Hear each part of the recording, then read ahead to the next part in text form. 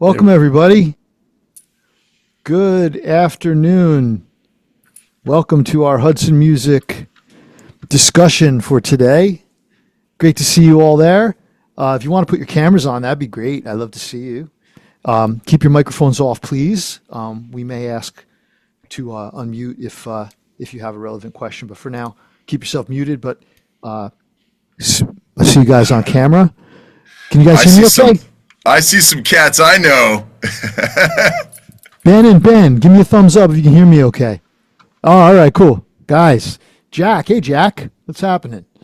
All right, good. We got a good little crowd here. Well, welcome everybody. I'm Joe Bergamini. I'm the senior drum editor for Hudson Music. And for those of you who don't know much about us, we publish a lot of drum books. And we've been lucky to work with some of the best drummers in the world. And recently we added a new author to that lovely roster. And it's my guest today, Mr. James Murphy. So welcome. What's up, everybody? So you ready for the third degree, James? I'm ready. Fire away. So James has a book out with us. It's called The Glue Method. And just so you understand right off the top, our format, our books come in a physical format. And when they're in physical format, obviously it's nice for the people who like to have the paper book. You'll see these little icons in the book. So there is media content, audio and or video. And the way we do it with the physical book in the post-DVD days is the content is streamed. It's streamed from a website, so you can access it that way. And then we also have a digital player, and James's book is in the digital player. And the digital player's like on an iPad, and you have all your different books on your bookshelf, and you can go in there and buy it that way. And the cool thing about that is that if you're in a drum book,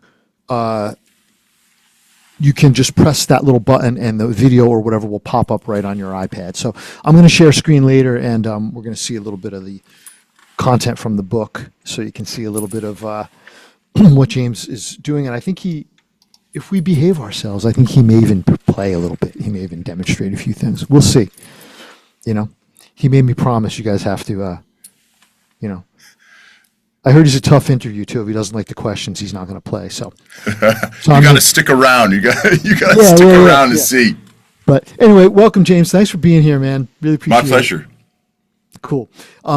So before we get into the nitty gritty of the book, I'm definitely want to ask you a little bit about your beginnings as a drummer. Just not, you don't have to go too deep, but what lit the fire for you? When did you start playing, and how was your early, let's say, pre-college life of drumming? What was that all about? Well, in high school,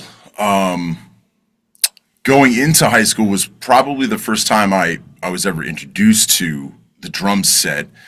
My buddy bought a old school Slingerland. I remember it. It was like chromed out Slingerland kit. And I went over and was like, man, do you mind if I give it a go? And that was really the turning point. That was it. I was like going home and talking to my parents and being like, I want to play the drums. And a funny turning point with that conversation was my dad was like, you need to take lessons before we do anything with getting you a drum set. So I, maybe a week and a half later, was already sitting in a teacher, my private teacher, Bob Beck. I'm still in touch with him today. He's an important guy in my life, and he sort of lit the fire, and I started studying styles and reading, and I think kind of fell in love with music too.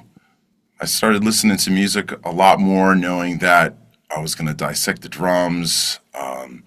So that fire was lit and burned hot through high school, because I was also not necessarily the best academic student. Not that I didn't try hard. It's just like, I hadn't really found my thing yet. So when drums came along, it was exciting from the standpoint that I loved playing, but also that I had finally had something I wanted to study. So, my practicing kind of took on a life of its own, where like 2 hours turned into 3, turned into 4, and I remember stopping sports and getting a band together, and then come senior year of high school, my private teacher was like, "Hey, you can study this at the college level, and this can be your profession." And that's also when he introduced like Dennis Chambers, Vinny, Gad, like all of the greats that weren't just like playing for bands, like they were the freelance cats, and they played for different artists. So that's when I really started to see this idea of like a freelance musician and what a career could potentially look like. And my parents supported that part of the journey, where it was like, all right, let's start looking at colleges. And my private teachers said if I could do it again, I'd go to Berklee. And that led me to Boston. Okay. Just curious. Where did you grow up? I grew up in central West Jersey, so about 45 minutes outside of Trenton. I grew up in Ringo's, New Jersey. You're kidding me. Wait, how come I didn't know you're just a Jersey guy? I'm a Jersey boy. Oh my God, I did not know that. Oh, yeah, crazy. my parents are originally from New York and had to get out of the city. So we ended up in Ringo's, New Jersey, and that's where I spent my whole childhood. Going in and out of New York a lot because I have a lot of family in the city. But yeah, I'm a Jersey boy for sure. Okay, great. Yeah, for those of you who don't know me, I'm coming to you live from New Jersey, and also our Hudson World headquarters. Our fearless leader Rob Wallace is based in New Jersey, so we got a lot of Jersey cred going on right here. So, it's cool. And did you, before you heard the guys like Dennis and everything, did you have like a drummer that you loved or bands that you like? What were you doing? Playing rock music or what? Yeah, I was playing heavy metal. Metallica and Slayer and Korn. Like I was into new metal and heavy stuff sort of from the get-go, because that's what my buddies were playing. So, if I wanted to be playing, that's sort of the direction that my friend group was existing in. So yeah, I definitely, through my high school years, until my private teacher was like, check this out. Like Buddy Rich, Gene Krupa, and reading big band charts, and sort of the lessons helped to diversify my musical taste.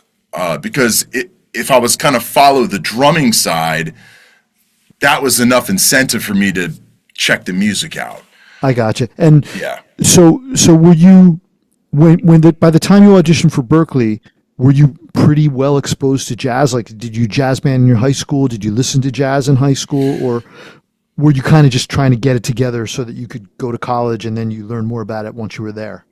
By my sophomore year of high school, I wasn't really doing the band thing at school. Most of my exposure came from my private teacher. So we started studying big band first, not really, contemporary or small combo jazz, but like the big band stuff. It started with Buddy Rich, because he knew he could get a hook in me if I saw Buddy play. So he he was the first guy that took me to see Vinny play doing a clinic.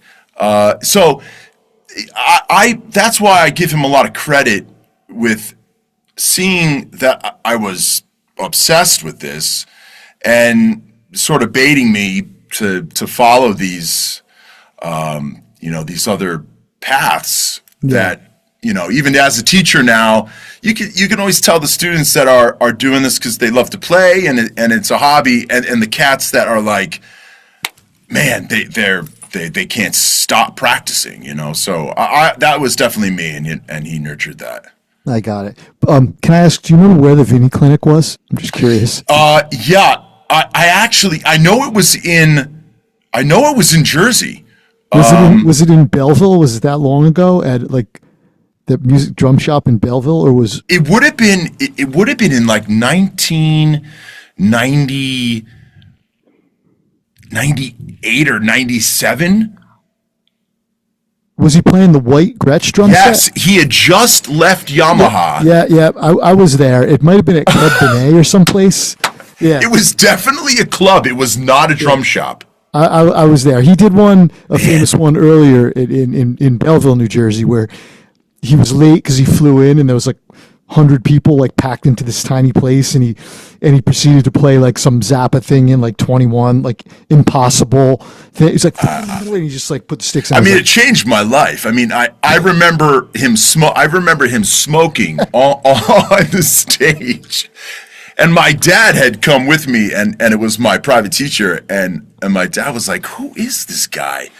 And we went up after and met him. Actually, he kind of hung and like did the whole like, "What's up? Thanks for coming" kind of thing. But that was the first exposure to like that side of the industry where, yeah, you know, if you named off his artists at that point, you'd be like, oh man, I know all these cats, but regular people who had no idea who Vinny was. So yeah.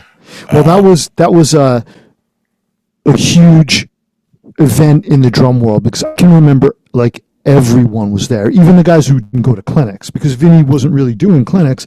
And Right. by the way, Hudson, a long time ago, it was in 2000 actually, he was still out and he was playing with David Garfield. It was around the time he did that clinic tour, and Hudson Music recorded one of their performances and they released it. David Garfield's band's called Charisma, and of course Vinny and some of the other LA studio monsters like Jeff Porcaro and stuff, Carlos Vega, RP, were in the band, and Hudson released that. It's called Document. So for those who haven't heard that, if you're listening, Charisma with a K, Karizma, Document is the name of the record. It's Vinny, David Garfield, Neil Steubenhouse, and Mike Landau. And Vinny's just, it's hard to put into words. Just go check it out. It's going to melt your face off. Anyway, so do you have a lot of your students at Berklee? Are a lot of the guys watching from? yeah, I see some cats up there that I'm really happy to see here. Yeah, we got Ben. Ben and Ben. Okay, cool. So this is just something I wondered for those who have, not so much for you guys up there, but maybe I see some of my other friends here who are teachers. So what year did you go into Berklee as a student?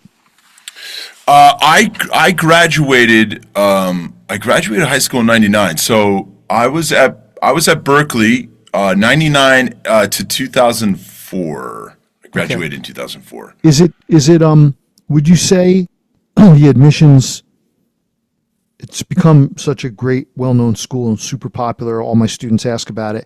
Would you say it's harder to get into it now than it was when you got in? Is it harder? I would say it's harder now because there's more cats that are interested in a career. So I think the population that is auditioning is bigger than when I went to Berklee. The school was smaller. So yeah, I would say it's harder now because there's just less. There's less spots available because of the incoming classes and the size of them. Okay. Yeah, I it's something I have noticed as well, just having been teaching for quite a long time. So then tell me about so you went to Berklee as a student. During that time, either in the school or outside the school, did you have any other important teachers that kind of you give credit to for showing you some important things that helped you in your career? Yeah, my journey through Berklee for the first year and a half I basically at Berklee you have the ability to jump around, especially as a performance major. You have the ability to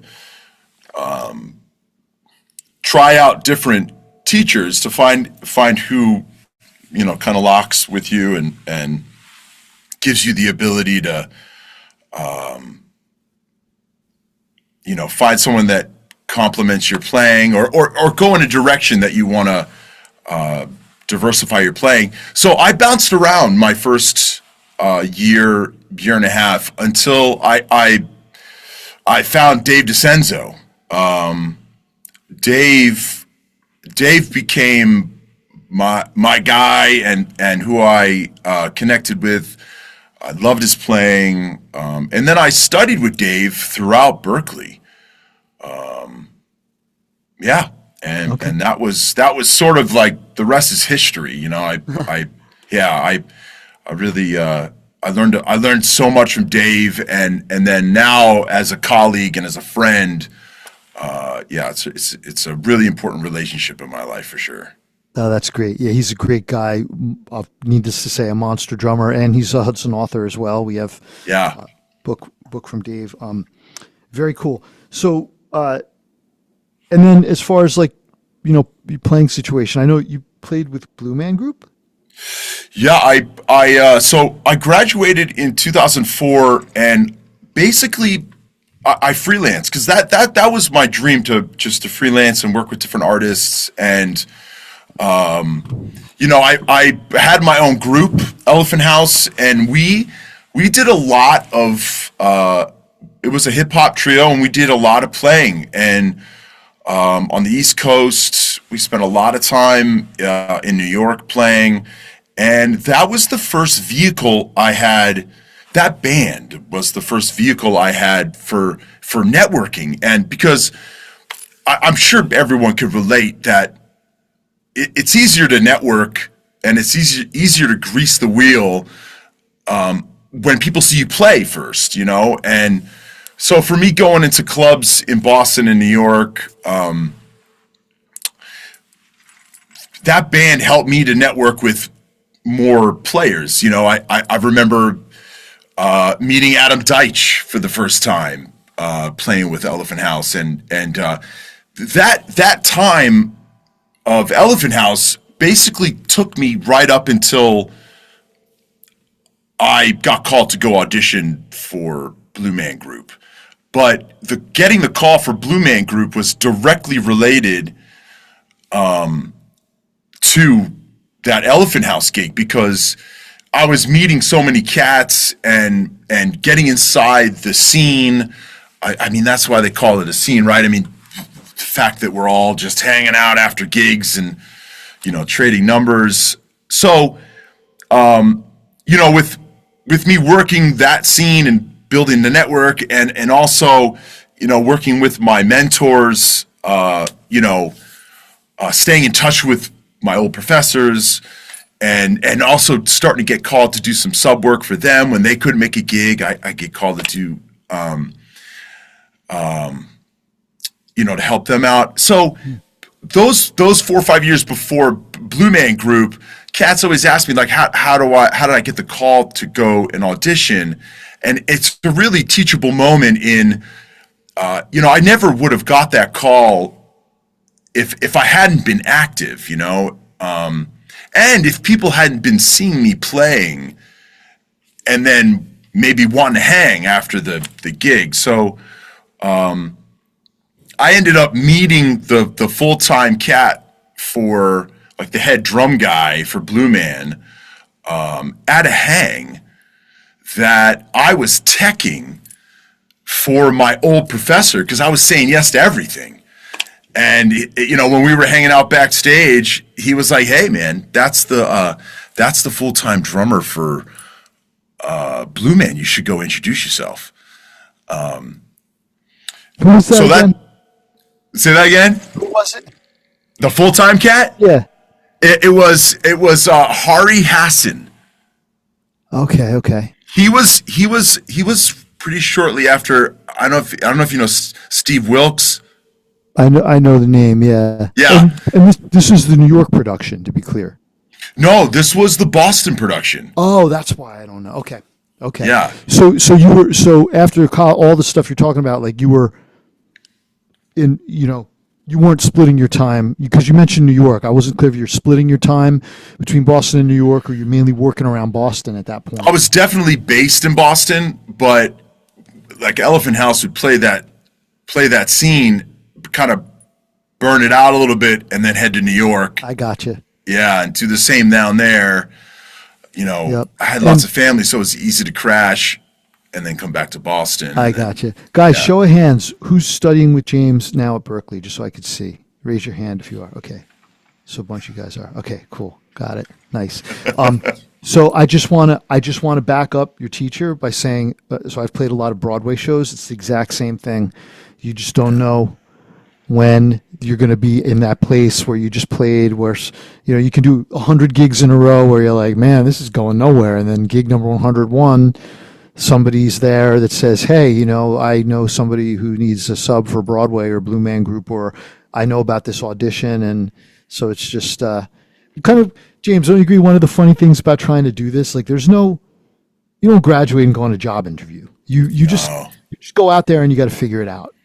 Yeah, and it's funny. I find myself at Berklee like so compelled always to talk about that part of the process because trying to create value in what I'm doing at Berklee, and helping these students understand that you're building an entrepreneur mindset for getting out of Berklee. You have to identify the different ways you want to be able to make money, and then come up with the action items with each one of those channels, and then put your business plan into play, because it's the way to generate that income is to attack each one of those, whether it's session work, freelancing as a drum set player for live, teaching, clinician, maybe content creating and trying to harness some of that income. So, it is. There's no cookie cutter way, but you definitely need to figure out what you want to try to do, because you're going to be doing it all the time, Yep. It's definitely like a wake up and start and then go to bed and do it again. Yep. Just for the kind of the benefit of some of the your students that are watching and some of the teachers, some of my other friends who I know are watching. I had an interview recently with Steve Rucker from Miami. I'll say the great Steve Rucker. Awesome. For those of you guys who don't know Steve, he's produced some really amazing drummers, Van Romain, for instance, many other great players. And Steve was talking about how, the business has changed, and the idea of multiple income streams, multiple skill sets, like you're talking about, being able to play different styles, being able to do different things, create a social media presence that's compelling, is like, it's harder for people to get that one big gig that's just going to be their job, and now you're doing more things. Do you sort of agree with that? Yeah, you're going to be, I've always thought of it as, that's going to be a pretty discouraging, stressful waiting game, and I never wanted to have a day job. So I once I got out of Berklee, I never wanted to do anything but make money with my sticks. So that was never an option. So if someone was like, hey, you could get a day job and wait around for a bigger gig, or you could just diversify your skill set and work on these other revenue streams. I was like, yeah, you need a sub for a wedding, or Elephant House has got a weekend of gigs, or I got these students that I'm tutoring, so yeah, that's I think the key is you got to be able to diversify. Yeah. I always felt like the waiting around for a bigger thing is a losing proposition, because number one, it's like playing the lottery. And number two, like when we were coming up and every big band auditioned drummers, like if any big band auditions drummers and they're already a huge band that's paying a lot of money and touring, think about who they would hire. They would always hire a ringer, like some amazing drummer. So Right. like you need to be out there playing. So Exactly. like when Right. Steve Smith wasn't in Journey anymore, they got Dean Castronova. I mean, the guy's a monster. Like Right. so. Anyway, when did you start teaching at Berklee? So the interesting thing about teaching was at Berklee, when I was a student at Berklee, that's when I got my first taste of teaching because I started to tutor some of the younger cats. And I remember the first time I was tutoring and the guy threw me $20 and was like, thanks. And I was like, man, not only do I can make money doing this, but I found myself liking this idea of helping, like trying to find out what I could help strengthen and deliver the information, because I found that like students learn differently, and you have to be able to approach the same topic multiple ways, and that was exciting. So I found myself leaving Berklee being like, well, maybe I'll do some teaching too. And that, I mean, that was I opened up my first drum school in 2004 when I left Berklee, and that became a great business. I still run that business now. So that was sort of the catalyst for teaching at Berklee, because I was running this drum school in just north of Boston, and staying in touch with my professors, and I started doing clinics for some companies, and all of a sudden, like, some professors are showing up to my clinics. So that kept me in the Berklee circle, so that I remember there was one of the professors that was going to go on tour, and I got a call from the chair saying, hey, could you sub for this professor that we're going to lose?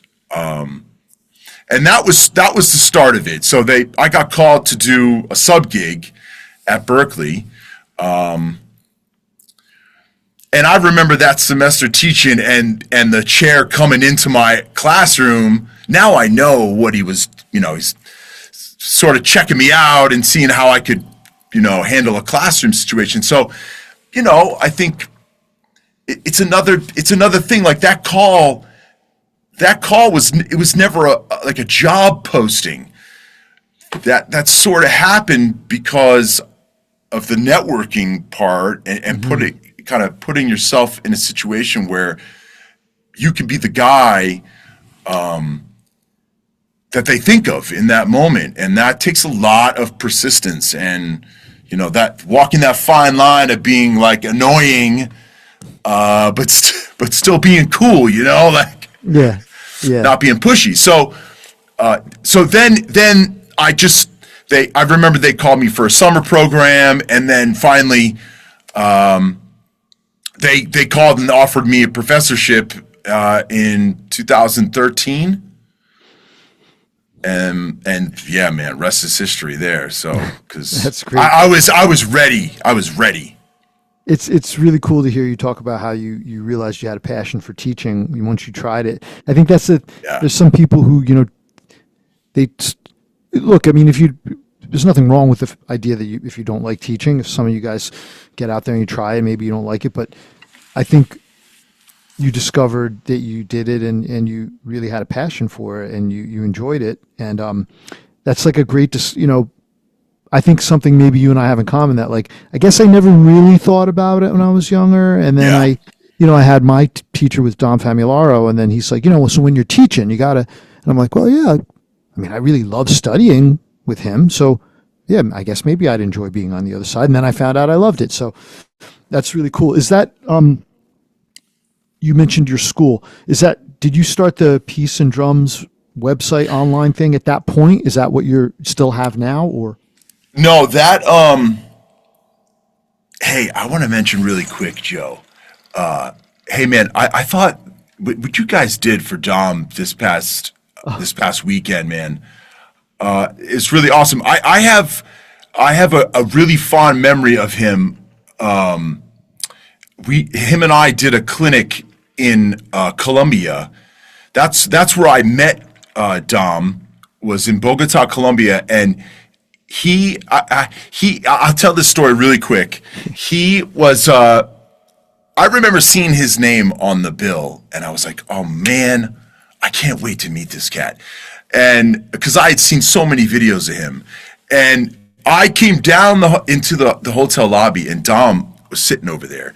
And all right, I'm gonna go introduce myself to Dom.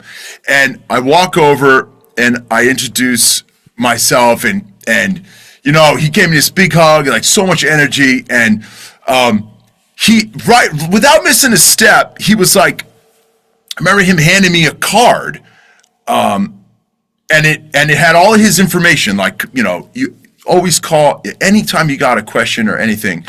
And he was like, you know, do you have a card with you, business card? And I'm looking through my bag, and I'm thinking in my head, like, man, I know I don't have a card. But I'm looking for my card in my bag, being like, man, he is going to school me. And that was the first lesson that Dom taught me, was like, man, you always are prepared to, like, there's my card. So, yeah,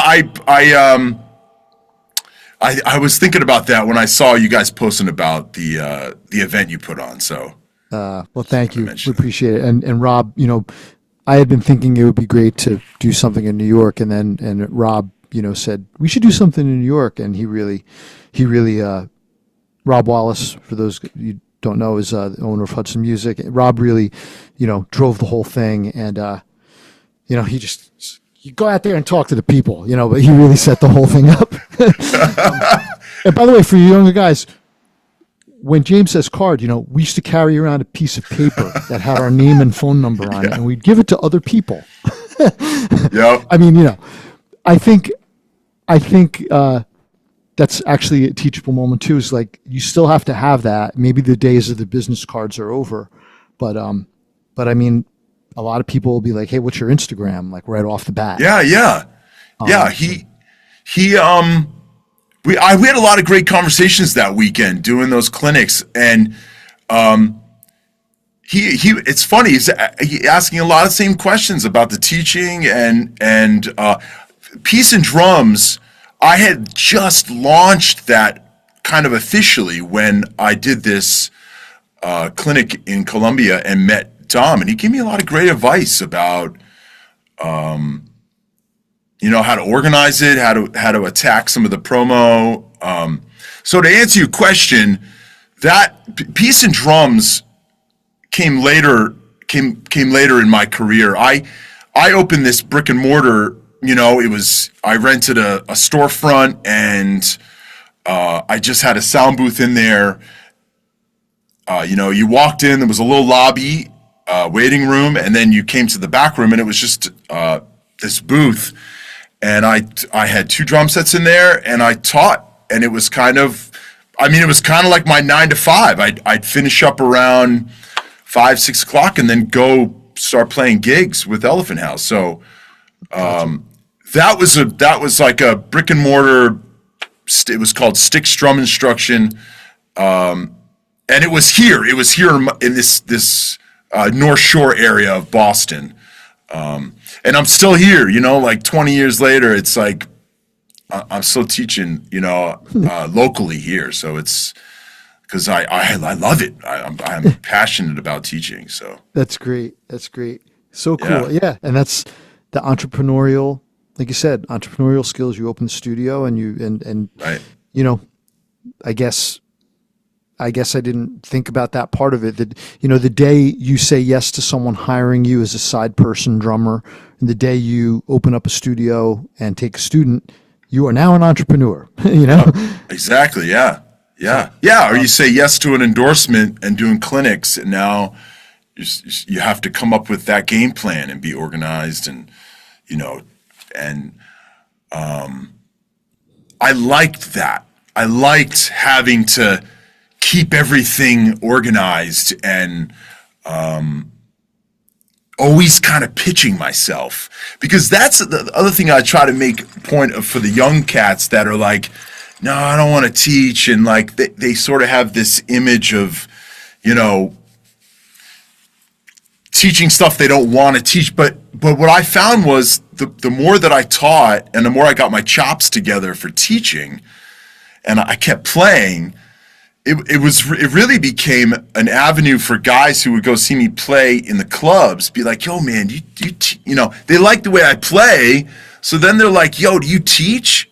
So the lessons ended up being kind of teaching your niche, Right. which was fueling the fire in a different way. Like I always had like young students and students that are going through high school learning fundamentals about reading and technique. But then there were like, now I was starting to see professionals that were having some problems, you know, whether it was like they wanted to play faster, they wanted to be cleaner, they want to work on chops, right? They want to work on chops. And then all of a sudden, Yes. right, like that happens. And I'm like, hey, I think I have a way of teaching this vocabulary that I haven't really seen yet, but it really worked for me. Like this was my approach to teaching myself, and then kind of laying that on cats that were interested because they just saw me play a solo over a vamp at Wally's in Boston. Right.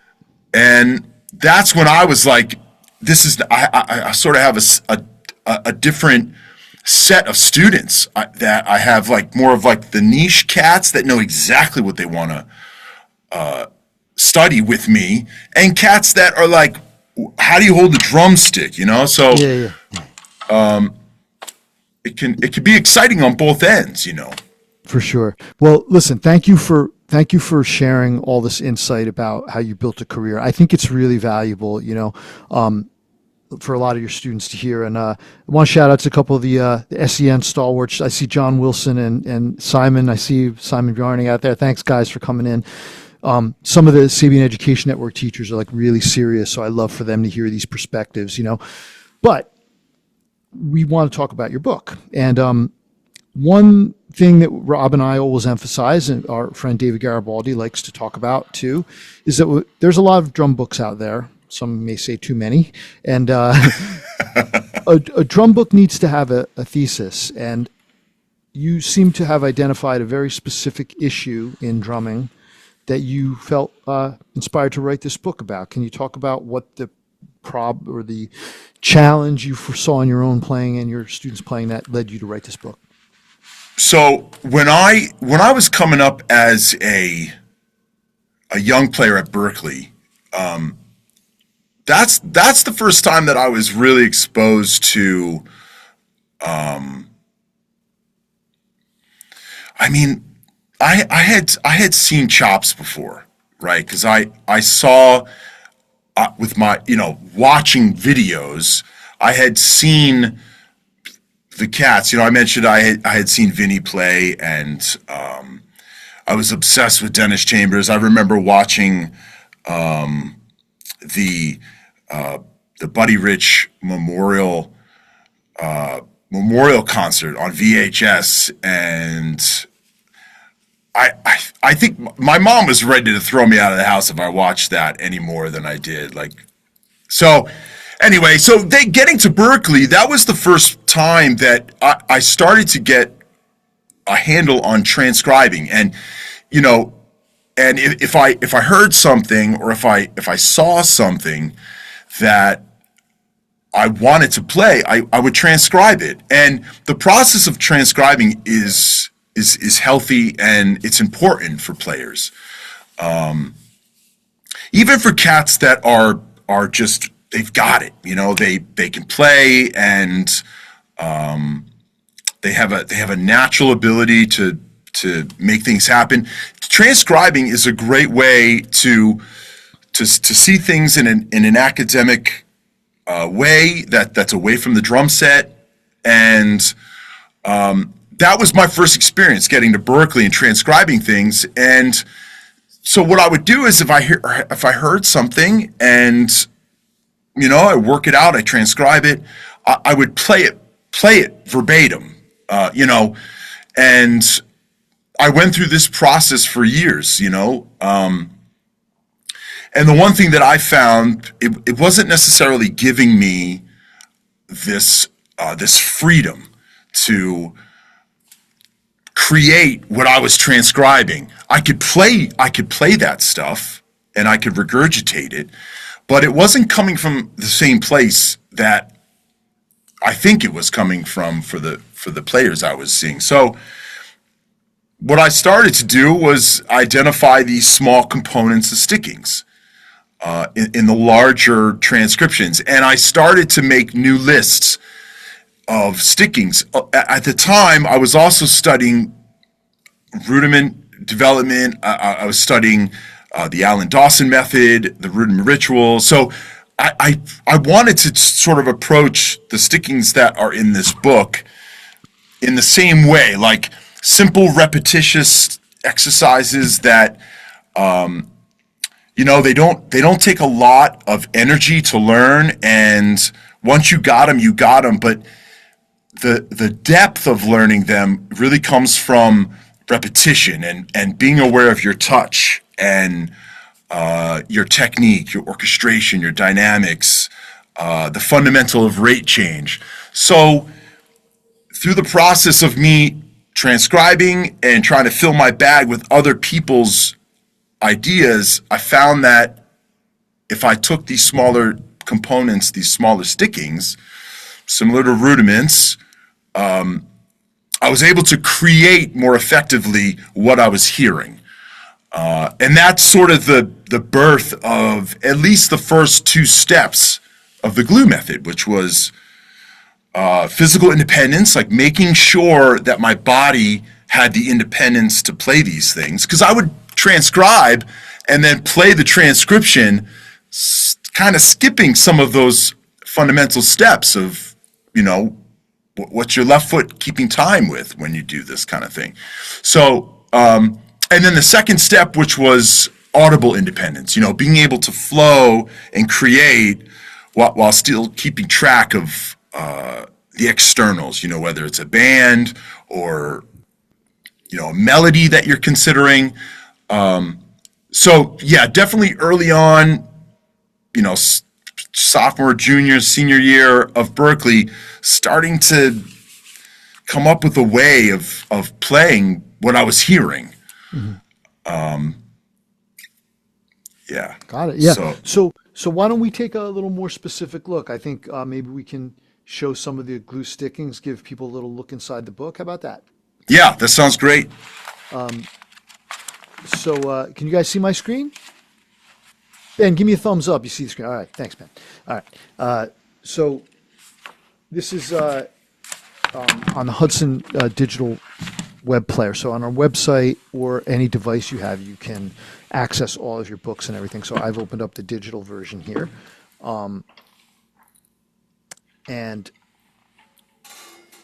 you can see one of the cool things that we have. This is, James, this is kind of what you just talked about, right? These different steps. Yeah, right. Yeah, that's sort of that the 4 steps of development. I wanted people to understand where I was coming from, and this method originally came out of a need that I was finding in my own playing. So, I mean, I remember that at the time, the culture in Boston was, to go along with this idea of networking, you walk into a club and you make your way onto the drum set, right? You network with the cat. You're like, yo, man, can I sit in? And the culture was like, man, you're gonna call a tune, and they're gonna have you solo. They want to see what's up. So that being in that environment, knowing that they're gonna call this vamp, I needed to get better quickly at soloing over vamp. So this is sort of me identifying some of the elements in my own playing that needed strengthening. That's where these 4 steps come from. Okay, and that makes sense. So you can see, by the way, side note, when you have a digital book, you can get nice color. Yeah. So let's talk about this. So the idea is that the glue stickings are these sort of core phrases or concepts that you can apply and eventually build into this vocabulary that you can use to create in the moment, right? Right. And I remember something that I needed to do in my own playing was to simplify, right? So I remember teaching, I've been teaching this for a decade at Berklee, and, one thing always to try to get students to simplify what you're playing, and what I mean by simplify is simplify the stickings, don't get too wrapped up in playing something new every single time you go to do this. And that's one of the reasons why I sort of dumb down my stickings, like cut the fat and, really identify stickings that work well together. Number one, they share a common theme when you look at them, and they lend themselves to being, performed musically using your fundamentals, which in my eyes were things like dynamics, orchestration, and rate change. Okay. Dynamics, orchestration, rate change. Sounds like Mark Giuliana has a book about something like that. So I know you. So you have the stickings here, and then you go ahead and like the idea. The combination can be used in all these different rates, right? That's the idea.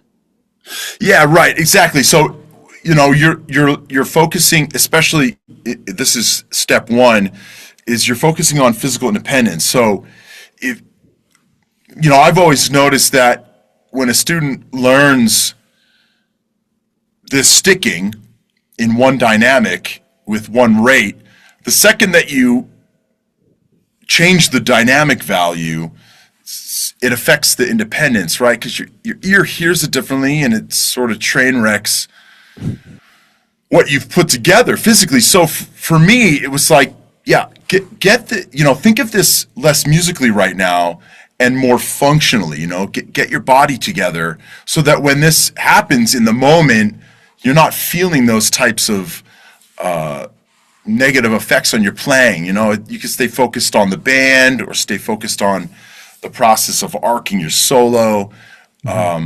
So that's why these dynamic values are there, or to help challenge your independence more so. But yeah, you would take that first sticking and apply it to the different rates. And then once you're cool, you go back and try the next dynamic value. Nice. Is that something you'd want to demo for us, or you want me to move ahead here? Yeah. I could show you. This is right, left foot, and then I'll take out. This is funny. I can even take out the accent, and you can see the effect that it has on the overall image of what the sticking originally sounded like. Yeah, check this out.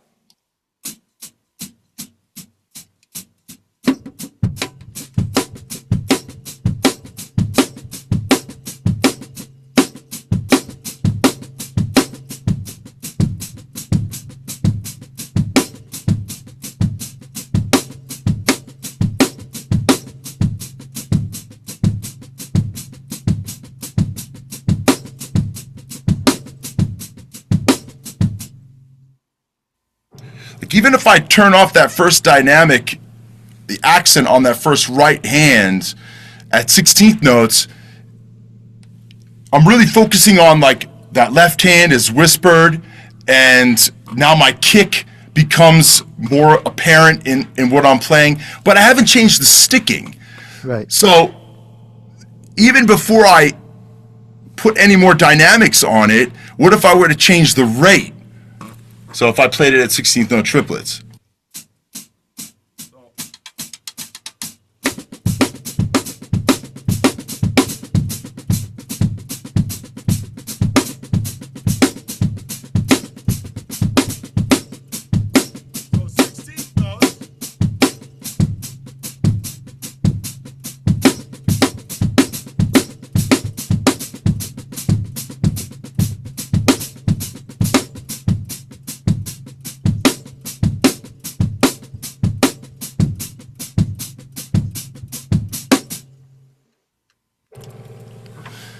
So the idea is that I'm simplifying, because where I would have been messing with all these other stickings, now I'm focusing on stay with the same sticking and try to interject some simple dynamic values to change what the outcome is.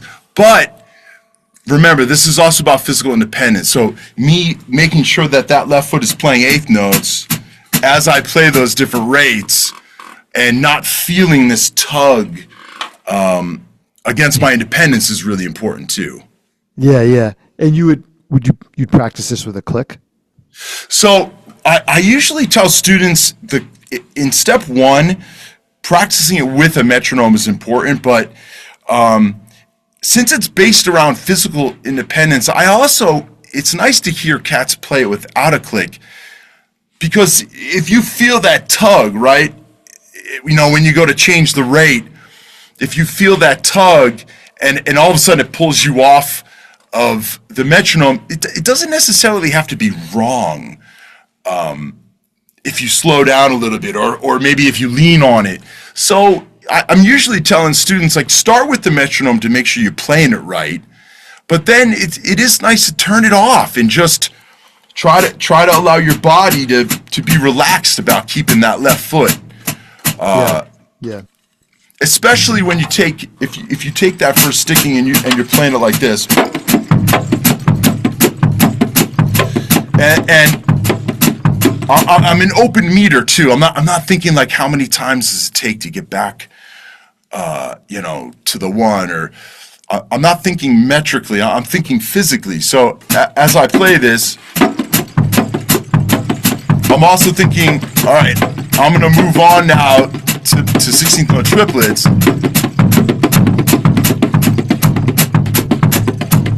and I'm taking in the information, like, how do I feel about demonstrating this? How's my posture? How's my balance? How is my touch? Right? Like, I want to practice the same way I play on a gig. So I'm trying to keep everything inside that box. So I usually tell cats to play without a metronome now. Let's see how you feel going back and forth between. Yeah. That's great. I wanted to give you a chance to play. We had talked before we started to play a little something like with a loop or something, so we could. Oh yeah, right. So I took the screen share off, but let me put it back up. So, James, I think you said maybe page 18s like this. Yeah. So this is the reason I thought to play this at 16th notes and 16th note triplets is because it is good for cats to hear this part of the glue method, because it does allow us the style of it to come to play. Because in step 2, when you have a cycle,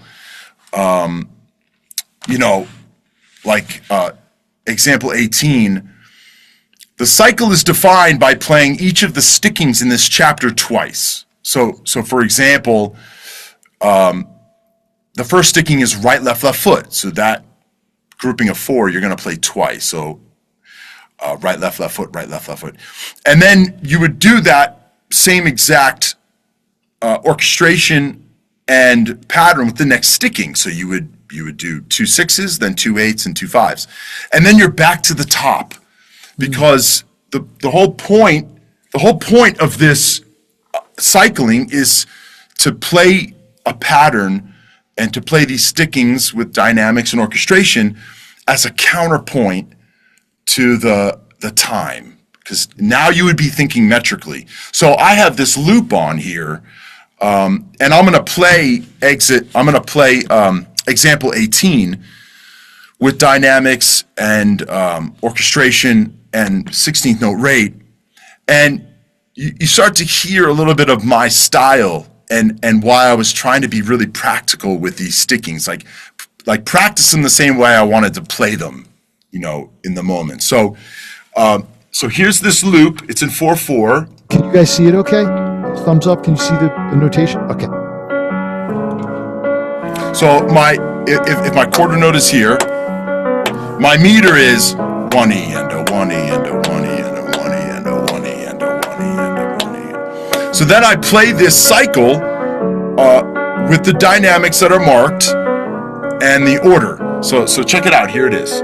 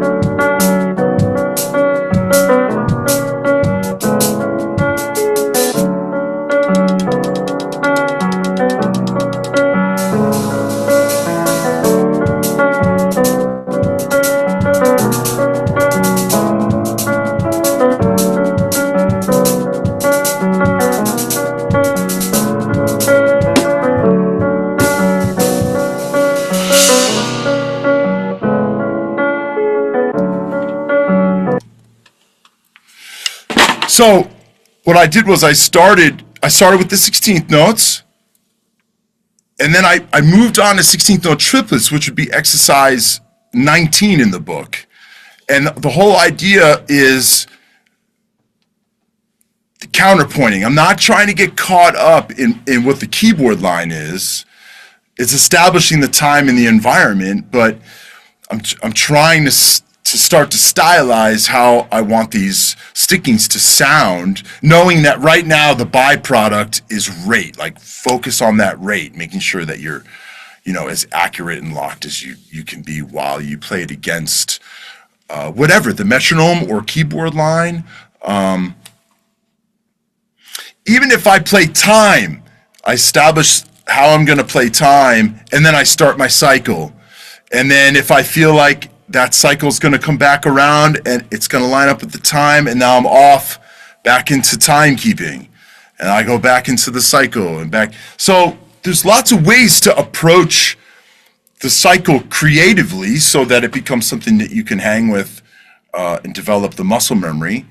But yeah, that's exercise 18 and 19. That's cool. So, sorry, guys, I didn't scroll down. I zoomed in on 18 there. But so, James, can you talk about kind of the next step? So once you have the glue stickings comfortable, right, and then you are able to hear them in the different rates, right? Like, let's say you can hear them as 16ths, 16 triplets, 30 seconds. Like, where do you go from there? Can you have this sort of in your pocket, and then you can come in and out of the cycle at any point? And how do you do right? And I mean, it is kind of nice if so. Say you're getting through step 2, you're moving on to step 3, and if you focus on one rate at a time, because what you could experiment with, which is sort of hinting towards step 3, is this idea of starting to mix the glue stickings from this chapter only in an improvisational way, right? So now you're not cycling anymore. Now you're sort of experimenting with different parts of the drum set, and seeing how if you play a grouping of 4 as right, left foot into a grouping of 5 as right, left foot. What is that doing to where you are in the meter, knowing that you're no longer in a cycle? Now you have to listen and be aware.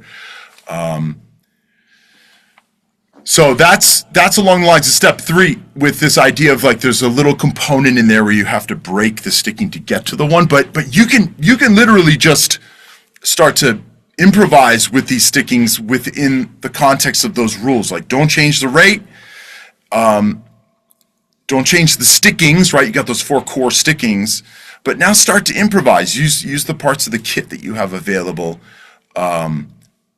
And don't change the rate. Like keep it simple, and lock in.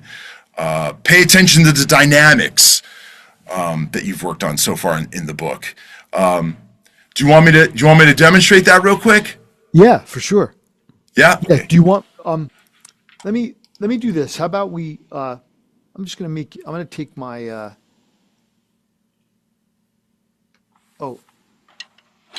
I'm not the host, am I?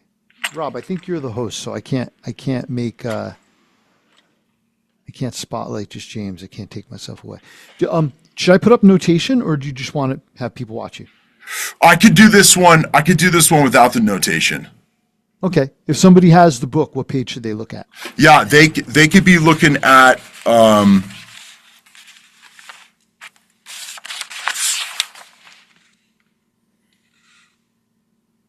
Yeah, this will be page 21. So exercise 22.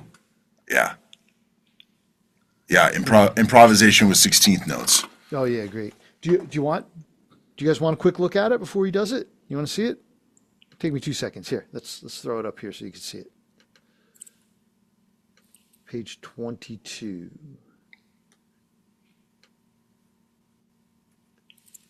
Okay, here we go. Oh yeah.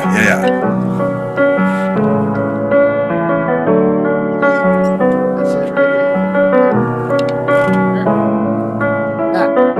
Actually, you know what? Go to page 21.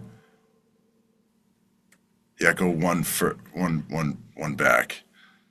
Yeah, there it is. Yeah, exercise 22. Okay, I got you. Sorry.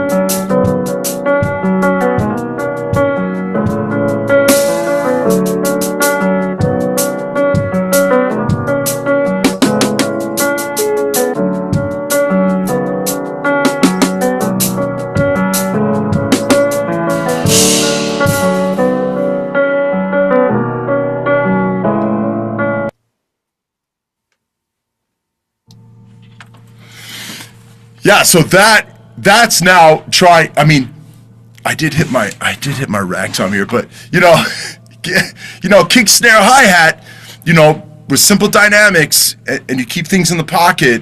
Like this example here, like you could use that to kind of guide this process of what sounds good back to back until this starts to not replace your vocabulary, but add to it. Yep. And then you have things where you add doubles, right? You had double kick variations in there. Not right. Double bass drum, but two consecutive kicks. Yeah.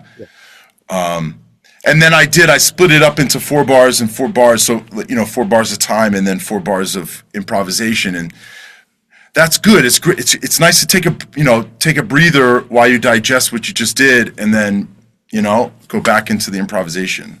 Yeah. It's a really elegant system. Are any of the guys on the call here practicing it with you? Yeah. Ben is. Oh, where's my list? Eric says, when does the Glue Stickings the movie start filming? Eric, I know who Eric is. F. Sorry, James, how to do it. What's can you briefly describe the idea of phrase breaking? Yeah, so in order for me to get out, in order for me to get out of the improvisation, and the first target in the book that we talk about is this idea of like getting to one. Because if you're in 16th notes and you have 4 bars of 16th notes, once you get to that 4th bar, you really have to identify a target. And the one thing I never did was figure things out mathematically. I mean, if I have to get from, beat 2 to beat 1, and I've got a 16th note subdivision, the way my brain works is that I'm not going to figure out mathematically what I have left to then put into groupings, which then identify the glue sticking to put. So improvisationally, when I get to that 4th bar, as I get closer to that 1, my brain identifies, I got to get to that 1. I got to break this glue sticking. And I've always found that it's okay to use things you already have. So when you get to that 4th bar and it's 4, 2, 3, break that sticking. Even if you play right, left, crash, just honor the fact that it doesn't always work to be doing math in real time and trying to figure out what fits in, and it could be something that you do improvisationally. Right, but I think one of the things that I think is really cool about this is what you're describing is the whole idea behind this, correct me if I'm wrong, is that you don't have to do math while you're playing, right? Like exactly. You're hearing the cycle go by, like you get yourself so familiar with these concepts, right, that you're hearing the cycle go by, and then, I don't want to say intuitively, but you're not doing the math. You're hearing the time and you're hearing it go over the time, and then you're aiming for that release point wherever it is in the music, which is exactly what you have to do in real music. Right, and something that was coming up a lot in this environment of like sitting in and then all of a sudden having a vamp is that they would play something that I had never heard before. So rather than that limit me, because I hadn't rehearsed it with them, going through this process, I started to feel more confident about it. Didn't really matter what they were going to play. I was going to be able to simplify what I was going to play and pay more attention, and eventually I would feel really confident about catching whatever I needed to catch to make it happen. But when I started to force ideas, especially that I had heard some other cat play, that would compromise the placement. So, this gave me more control over environments that you don't have control over because you don't know what they're going to play. Right. Especially this step of starting to understand how to break cycles, how to break stickings. Yeah, that's really cool. And then you kind of build up to the master cycle. Yeah, so what's that? So the master cycle, so in teaching this for all these years, I remember showing up for lessons and the students would be like, all right, so like here's the cycle, and then all right, here's the next cycle, and it just didn't seem like the way I would play the rudiment ritual, like you start here and you end here, like we don't even need to talk about it, just play the exercise. So in teaching it, I ended up calling it the master cycle because it's like, all right, enough with step 1 and 2. We don't even have to talk about it. Just play me the master cycle because it has all the glue stickings in the individual cycles. You play it at all the different available rates that you identify, as important for your application, and that becomes your daily practice. Like you sit down and you play this master cycle, and it just streamlined the teaching process. A student comes in, it's like, all right, play me the master cycle at 16th notes, and here's your metronome. Off you go. Yeah, that's really cool. Really nice. Well, it's a really elegant system, and it's when we you approached us with this, wasn't familiar with it, but then when I saw your manuscript and how elegant it was and how well thought out it was, I thought, this is something that I know you have a lot of your students here, but it's very clear in the book, and you include video, right? So you're demonstrating some of the cycles, and so people who, if you're watching and you don't go to Berklee or study with you, you can still get this from the book, right? Yeah, and the theme, like the theme of keeping it simple, because there's lots of examples of me not keeping it simple and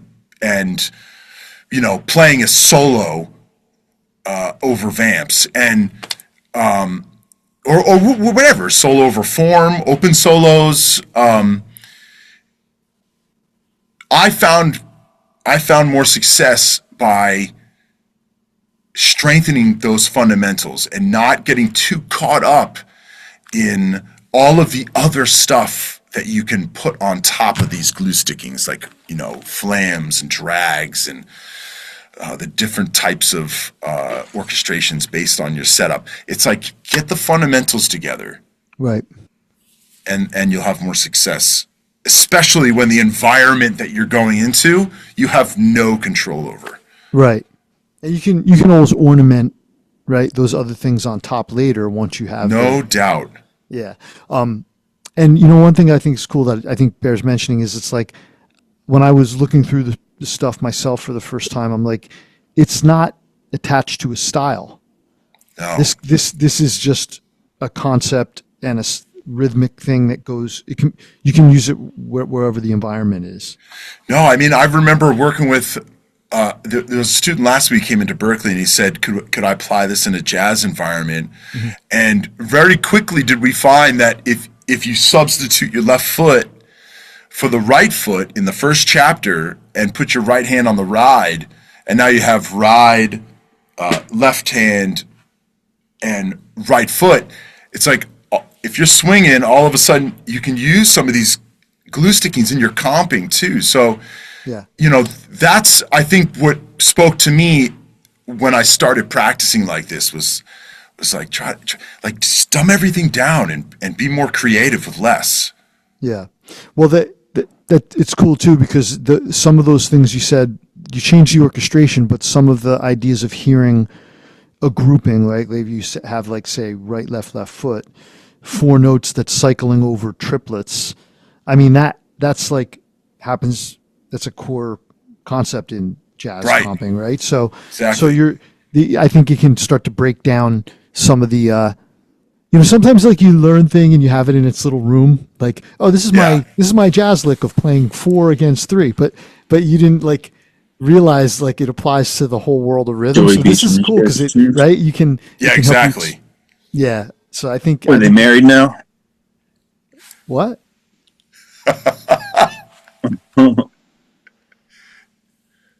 That's a live mic. You gotta watch it. Wait 1 minute, hang on. My laptop's gonna die. I'll plug it in.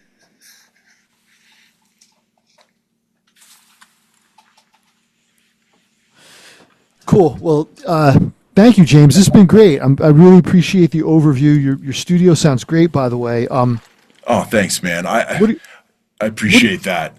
Yeah, man. What are you speaking into? I don't like. I have this dynamic here. This mic here, and I'm using Pro Tools and. Oh, and you muted it when you started to play? Yeah, right. So I mute this track here that has this mic on it. Can you hit the drums and not mute it? I just see what it sounds like. Oh, not mute it. Like play a groove.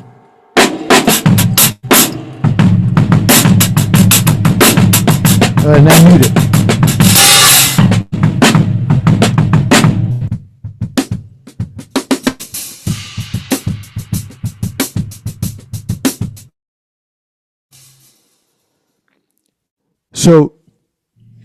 So for you guys who don't know, I also run a thing called the Sabian Education Network, and we're always talking about like Zoom lessons, all the technology, and you gotta have. That's another thing now. Like you have to have a good setup and have everything clear.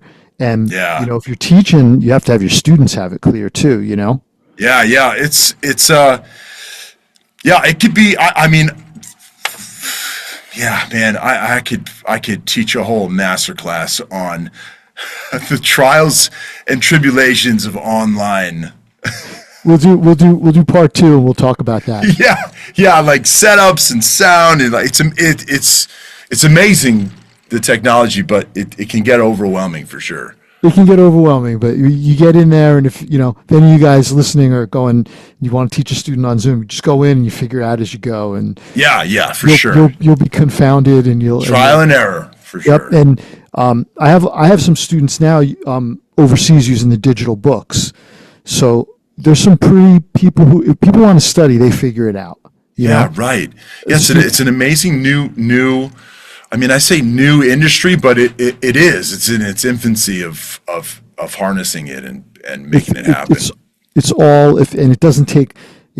I always love to tell the story. I have a student in Japan, and she's always prepared. She has her digital books on one iPad and her lesson on another, and it's like we're in a room together. And then I try to do a makeup lesson with a kid who lives 2 towns away, and his parents didn't put the router close in. It's like, Yeah, right. It's a train wreck. Yeah, it's like yeah, it's amazing. you got to get that together. Yeah, you at least have to have a good connection. That's the key. Nice. Well, James, this has been great. I think my favorite thing I learned today was that we're Jersey brothers. But after that is is that now this system's been great. I have for you guys watching, I have the pleasure of editing and working with authors on all the books, so I get a chance to go through things and look at them ahead. And this is really a great system, and we're really proud to have you in our roster of Hudson authors. So Hey, I back at you. I appreciate it. I appreciate the opportunity. It was great writing and working with you guys, and this, what a great opportunity for me to do this too. So I appreciate that. Thank you. we appreciate it too. And yeah, one thing we're totally interested in with you at Berklee and all the students is just like keeping this dialogue open. Like we aim to have, I think we have a really curated catalog of stuff that can use for all the different needs. So this, what you're seeing out there in the field, and what the guys who study with you and the gals are seeing, we want to hear about it. We want to be able to recommend books. We want to be the go-to for everybody to just take it to the next level. So yeah, keep the lines of communication open. Email us, tell us what you want to see. And of course, like Rob said in the chat, we sign up for our newsletter. We're going to be doing more of these. We've got a few of them under our belt now. awesome. Yeah, this is great. I know for my students at Berklee, this is a great resource, and to have a place to go and see cats talk about what they're trying to teach, for sure. Awesome. Well, thank you guys for attending. We really appreciate it. We hope to see you on a future Hudson session.